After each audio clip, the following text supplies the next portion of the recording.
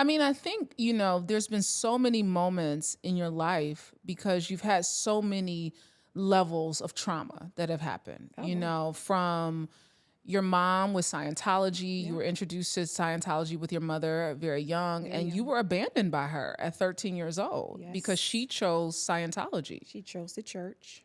My mother had her own issues that she was dealing with and her own insecurities and things that she was looking and searching for. And to be honest with you, I can't really hold a grudge, because me now being an adult, I've made my own mistakes in Yeah. life. You Yeah. know what I'm saying? Yeah. So for me when I look back and reflect on the choices that my mother made, yeah, it was rough. It was rough for me, but I often wonder, had she made different choices, would I be this person? Yeah. Who would you be? If I didn't go through all of those trials and tribulations and all of the things that I went through, who would I be? Yeah. So I'm okay with who I turned out to be. Yeah. And my mom making the decision to stay in the church and the church putting me out played a part in that. Yeah. The church called you a freeloader at 13 years old because you wouldn't sign the billion-year contract Yes. that gives them, you have to pay, they get a percentage You of your, give your entire life to them. yeah. Everything. You give up your family, you give up everything, and you work for them, you eat there, you sleep there. That is your life. And I wasn't willing to do that. And so they said, you eat here and sleep here. You're a freeloader. I mean, I think it speaks to your intuition at 13 years old to say, wait a minute, my life is going somewhere. I didn't want to do it. That's Yeah. all I knew. I didn't know what I was going to do. I just knew I don't want to do that. Yeah. Yeah. I'd lived there enough with my mom before they presented me with a contract to know this is not what I want to do for the rest of my life. Yeah. And when they said, you either sign this or get out, I was okay with the get out. I was like, I'll figure it But out. where did you go? I had a cousin that lived in South Central, and I took the bus 2 hours Wow. from Hollywood. From Hollywood. Yeah. Yeah. Because she was at the epicenter, basically. Building. Yeah. Big Blue. Yeah. Yeah. I mean, you believe that there was another man because you're Oluremi. Oluremi. Yeah. Oluremi is your real name. My God-given name. Your God-given name. Yeah. And there was James, Yes. and that was the man who you believed was your father. Yes. Until you were 16 years old. Yes. Yeah. Yeah. I was an affair baby. My mother was married to my brother and sister's dad. And my brother is 8 years older than me. My sister's 6 years older. And I don't know what happened in their relationship, but here I came from someone else. And my mother didn't stay with him, so she actually gave me her husband's name, who was not my father. And I didn't, when I realized this man wasn't my father when I was 16. My sister graduated from college. She went to Florida State. Shout out to my sister, Ingrid Hive. And I went to the graduation, and I see my dad, who I hadn't seen in 8 years because my mom took me and moved to Scientology. I hadn't seen him, the guy who I thought was my dad. Yeah. And I'm emotional. I'm upset. I'm all these emotions. I'm like, oh my God, Daddy! And I run up to him and I'm hugging him and I'm just crying. And he patted me on my head. He said, "My, you got taller." And in that instant, I knew without a shadow of a doubt, this person is not my father. There's no way that he didn't embrace me. He didn't hug me.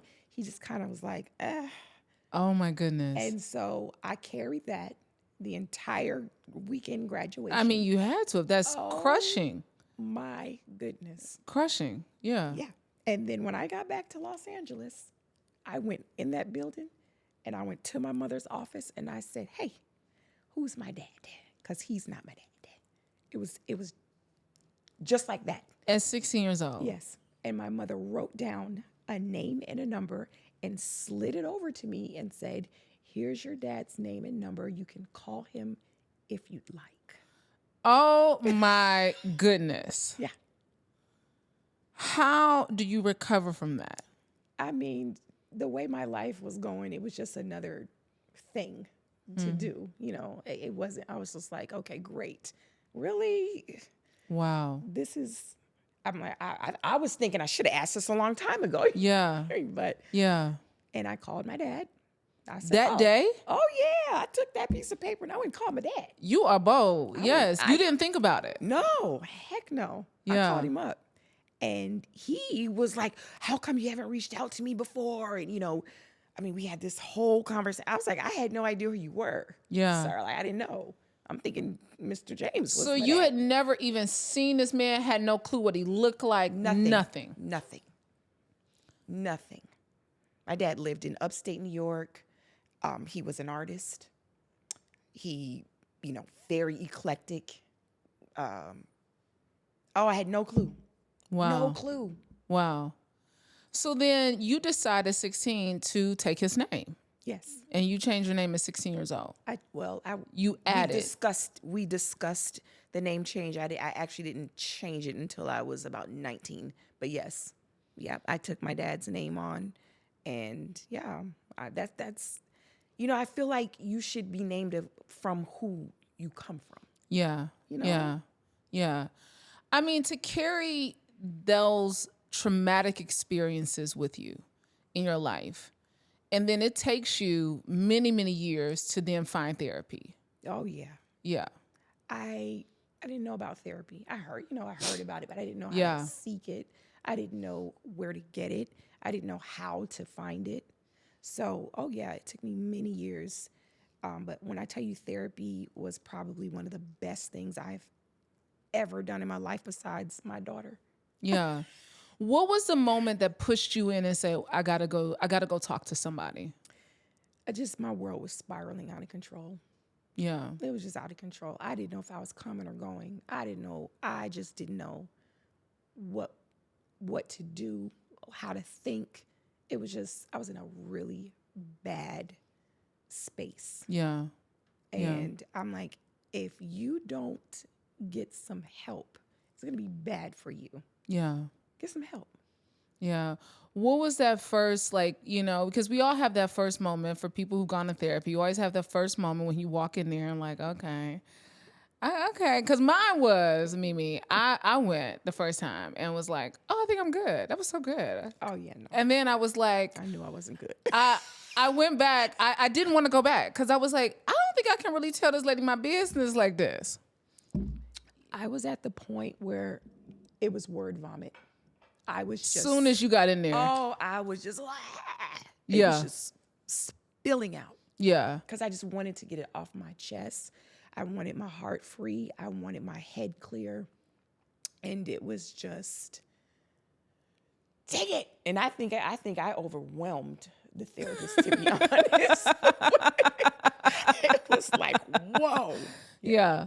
Hey, Vault family, thanks for watching. If you enjoyed this clip, make sure to check out our full interview on our channel at Vault Empowers Talks. We don't just scratch the surface. We dive deep into the lives of some of the world's most influential leaders and change makers. Don't forget to like, to comment, and be sure to subscribe for more inspiring conversations. See you next time.